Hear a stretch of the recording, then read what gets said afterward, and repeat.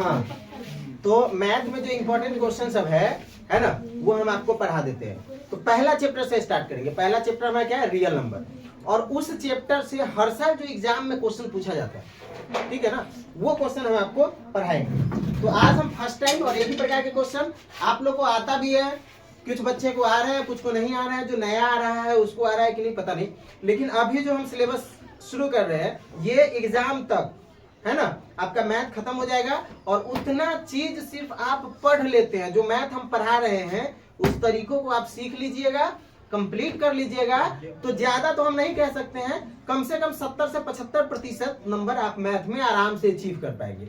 मैं ये नहीं कहूंगा कि आपका 100% आ जाएगा, पॉसिबल नहीं है, लेकिन कम से कम 70 से 75% नंबर लाना आपके लिए इजी हो जाएगा, ठीक है।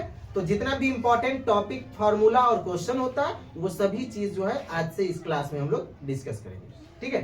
तो सबसे पहला हम लोग शुरू करते हैं, चलो सुनो।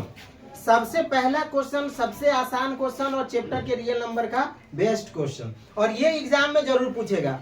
ऑब्जेक्टिव और सब्जेक्टिव अगर आपको ये बनाने आता है तो कम से कम 4 नंबर, 2 नंबर सब्जेक्टिव से और 2 नंबर ऑब्जेक्टिव से, आपका 4 नंबर जो है मैथ का कंप्लीट है कि सिर्फ ये क्वेश्चन बनाने का तरीका आप सीख लेते हैं तो आपको 4 नंबर मैथ में मिलेगा। हम साथ साथ ये भी बताएंगे कि किस टाइप के क्वेश्चन मिलेंगे और कितने नंबर के होंगे, है ना, ताकि आप विशेष रूप से उस पर ध्यान दे सके, क्योंकि हर चैप्टर से 2 नंबर, 4 नंबर, 5 नंबर का क्वेश्चन पूछता है, तभी 100 नंबर का होता है ना।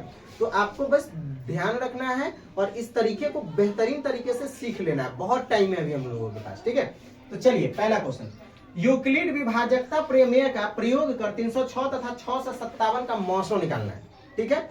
यूक्लिड विभाजकता का प्रयोग करना है और 306, 6 से 57 निकालना है। कहीं कहीं इसको यूक्लिडियन एल्गोरिदम भी बोलते हैं, कंफ्यूज नहीं होइएगा कि एग्जाम में अगर पूछ दे कि यूक्लिडियन एल्गोरिदम का प्रयोग करके इसका मौसम निकाले तो आप कंफ्यूज नहीं होइएगा। दोनों सेम चीजें हैं, नाम अलग अलग है, थोड़ा सा क्वेश्चन अलग कर देता है ताकि बच्चा दिमाग लगाए, बात समझ रहे हैं ना। तो यही तरीका है, इसी तरीका से आप जो है क्वेश्चन को बनाएंगे।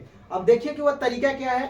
जैसे कि सबसे पहले देख लीजिएगा कि दोनों में बौर कौन है, तो 306 बार है कि 657, 657। तो यहाँ पर एक लाइन आपको लिखना होगा 657, यहाँ से हल करना शुरू कर दीजिएगा, तो लिखिएगा 657 बड़ा है, ठीक है, इसलिए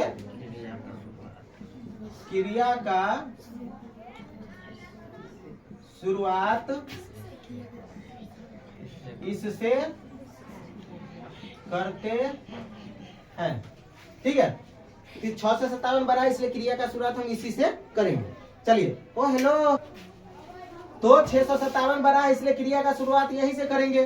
कैसे करेंगे, तो 657 इधर लिख देंगे अब बराबर का चिन्ह देकर के 306 इधर लिख देंगे।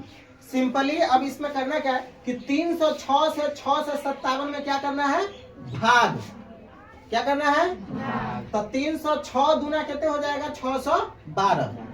2 मरतबे लगाएंगे ना, तो 2 मरतबे लगाएंगे तो 612 हो जाएगा। अगर आपको मौखिक रूप से करने में दिक्कत हो, तकलीफ हो किसी भी प्रकार का, तो आप शॉर्टकट फार्मूला ऐसे भी कर सकते हैं, भाग जैसे बनाते हो इससे।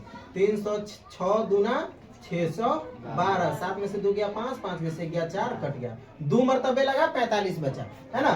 तो यहाँ पर जय मरतबे लगाइएगा, गुना देके लिख दीजिएगा, गुने 2, ठीक है। और जो बच जाएगा उसको जोड़ दीजिएगा, जोड़ 45, ठीक है। और इसमें जो हम फार्मूला लगाते हैं वो लगेगा A बराबर BQ प्लस R। इस सूत्र का प्रयोग करते हैं जिसको हिंदी में भाज्य बराबर भाजक गुणे भागफल जोड़ शेष कहते हैं, ठीक है। चलिए, तो अभी तो ये पहला स्टेप क्लियर हो गया, और यह काम आपको तब तक करना है जब तक कि यहाँ शेष 0 ना आ जाए, ठीक है ना। तो अभी आप क्या करेंगे, इस पहला वाला नंबर को यहाँ उतारेंगे और लास्ट वाला नंबर को यहाँ उतारेंगे, ठीक है। अब 45 से इसमें भाग देंगे, ठीक है।